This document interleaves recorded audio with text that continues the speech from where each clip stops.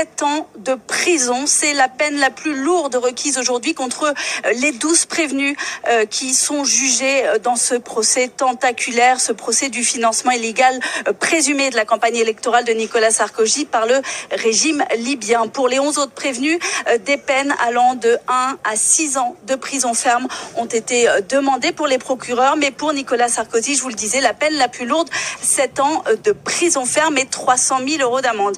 Nicolas Sarkozy est sorti de cette salle d'audience sans une réaction. On verra si ses avocats apportent un mot. On rappelle que ce sont les réquisitions du parquet national financier. En clair, ce sont les demandes que font les magistrats qui représentent l'intérêt de la société, l'application de la loi.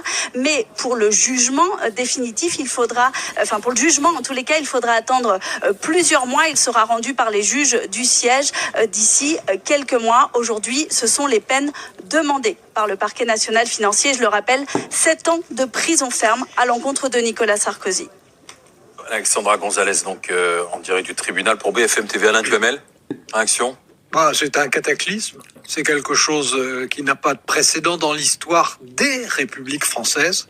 Donc, c'est une accusation énorme, gigantesque. Alors, Nicolas Sarkozy demeure présumé innocent jusqu'au jugement. Mais les réquisitions sont sans précédent. Alors, certainement, les avocats de Nicolas Sarkozy diront il y a plus d'indices que de preuves, etc. Bien entendu. Tu me dis quand tu les as. Mais c'est à la fois sur le plan international en images et sur le plan purement et simplement... Sarkozy qui prennent la parole, Alain Duhamel. Eh bien, je leur cède. Elle ne correspond en rien à ce que l'audience a démontré. Le parquet prétend que des fonds libyens ont alimenté et financé la campagne de Nicolas Sarkozy en 2007. L'audience a démontré que c'était faux. Le parquet, me semble-t-il, l'a même reconnu hier. Aucune trace de financement n'a été trouvée. Aucune trace de demande de financement n'a été trouvée. Le parquet a complètement changé son histoire parce qu'au fur et à mesure du dossier, il est apparu que les deux fondements de son accusation, une note Mediapart et un soi-disant tête-à-tête entre Nicolas Sarkozy et Kadhafi, n'existaient pas. Le document de Mediapart est un faux mensonger et l'audience a démontré que jamais Sarkozy n'a demandé le moindre financement à Kadhafi. Alors, le parquet a demandé des peines très lourdes. Pourquoi ? Pour essayer de compenser la faiblesse de sa démonstration. Et le parquet a dit qu'il fallait réparer, remédier à un soi-disant atteinte à la société et à la confiance du public. Moi, je pense que ce qu'attend le public, c'est que les collaborateurs de la justice, et notamment les membres du parquet, ne viennent pas mentir devant un tribunal et devant nous. Je vous remercie. Mais ça explique que Nicolas Sarkozy... Ah oui, absolument. Mais alors, on pense l'avouer parce qu'il est innocent et que, comme le disait Jean-Michel Leroy, on a entendu des peines complètement hors sol, sans aucun rapport avec les 3 mois d'audience, comme si on n'avait pas eu 3 mois d'audience, comme si le parquet n'avait pas reculé à de nombreuses reprises sur différents points. Ceux qui ont participé ou assisté à l'audience les ont en tête. Et en dépit de tout ça, et comme le disait Jean-Michel Darrois, pour masquer ses faiblesses, pour dissimuler ses carences probatoires, le parquet parle fort et demande des peines élevées. C'est pas ça la justice. Et on a encore quelques semaines de plaidoirie avec nos confrères et pour notamment Nicolas Sarkozy, démontrer que ces réquisitions, même si elles sont dites avec un ton sentencieux qui se veut sévère, elles sont vides, elles sonnent creux. Voilà. Et comment votre client ? Il est combatif comme il l'a toujours été. Ça n'a rien changé. On ne peut pas dire que, compte tenu des mots très durs et et des accusations illégitimes qui ont été portées contre lui ces derniers jours, il s'attendait à autre chose que des peines excessives et sans aucun fondement. Beaucoup. Merci. Voilà, vous venez d'entendre les avocats de l'ancien président de la République, Nicolas Sarkozy. C'est tout le contraste que l'on entend. Les avocats, bien évidemment, dénoncent un dossier qui est vide, qui est creux.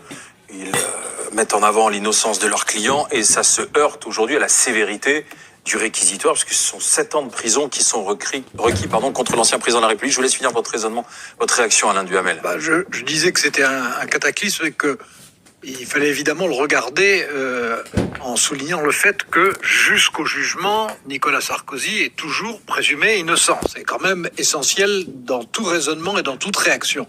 Cela étant, le fait même, le simple fait, enfin le fait énorme aussi, et demander des peines aussi lourdes s'agissant d'une campagne de celui qui est devenu pour 5 ans président de la République, c'est gigantesque, sans aucun précédent sous les républiques.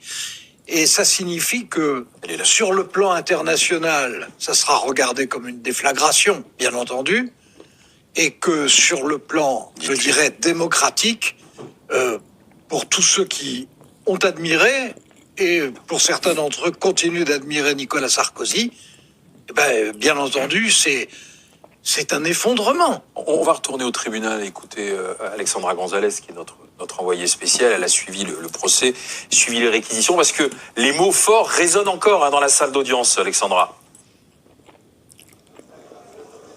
Oui, les procureurs du parquet national financier ont décrit durant 2 jours et demi Nicolas Sarkozy comme étant le principal instigateur de ce pacte de corruption qu'ils ont décrit, noué avec, je cite, le plus infréquentable des dictateurs qui a du sang sur les mains, Mouammar Kadhafi. Ils l'ont décrit comme étant celui qui a tout organisé, qui s'est appuyé sur son entourage pour monter ce pacte de corruption. Et voici les mots qu'ils ont donné aujourd'hui lorsqu'ils ont terminé ce réquisitoire. S'agissant de Nicolas Sarkozy, il est parfaitement établi qu'il a agi en dehors de ses fonctions politiques pour conclure ce pacte de corruption. Une fois élu président de la République, Nicolas Sarkozy a continué de détourner les moyens de sa fonction pour favoriser les intérêts libyens. Il ne semble pas prendre la mesure de la gravité des infractions qui lui sont reprochées, malgré une condamnation déjà définitive dans un autre dossier pour corruption et trafic d'influence. Et le procureur qui a terminé par ces mots: seules des peines d'emprisonnement ferme et d'amende ferme seront susceptibles d'assurer la protection de la société, de prévenir la commission de nouvelles infractions et de restaurer l'équilibre social.